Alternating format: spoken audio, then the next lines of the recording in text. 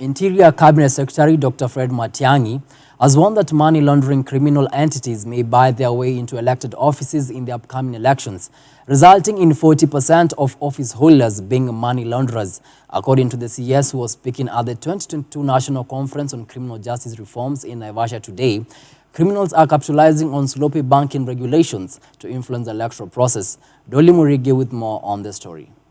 To all of us. The government has identified weak regulation on the amount and source of campaign funds as a major threat to the credibility of the August general elections. Interior Cabinet Secretary Dr. Matiang'i told a forum of stakeholders in the criminal justice system that money launderers and other criminals were taking advantage of lax financial regulations to manipulate the electoral process. And then Addressing the second National Conference on Criminal Justice Reforms in Naivasha, the CS warned that the country risked having a large number of criminals buying their way into elected office.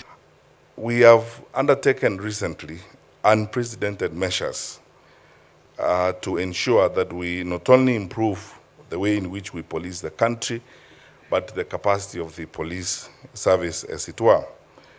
Those initiatives that have been put in place to enhance human rights-based approach to policing include, but are not limited to, one, the new form for the first time in the country of training specialized police officers.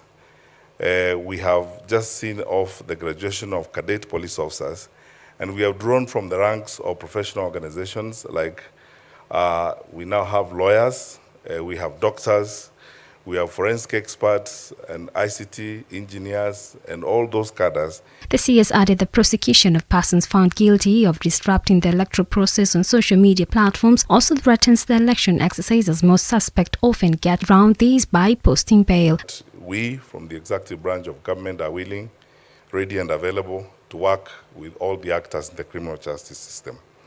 It's gratifying to note that in our country, we are shedding off some of our very bad habits in the past of not conversing with one another, not engaging across the arms of government, of working in silos, and of intensifying institutional suspicion across the board. According to the Chief Justice Martha Koome, failure to affirm the dignity of any person in contact or conflict with the law and failure to uphold their rights at any stage of criminal justice process is a miscarriage of justice. A failure to affirm the dignity of any person in contact or conflict with the law, and a failure to uphold their rights at any stage of the criminal justice process is a miscarriage of justice.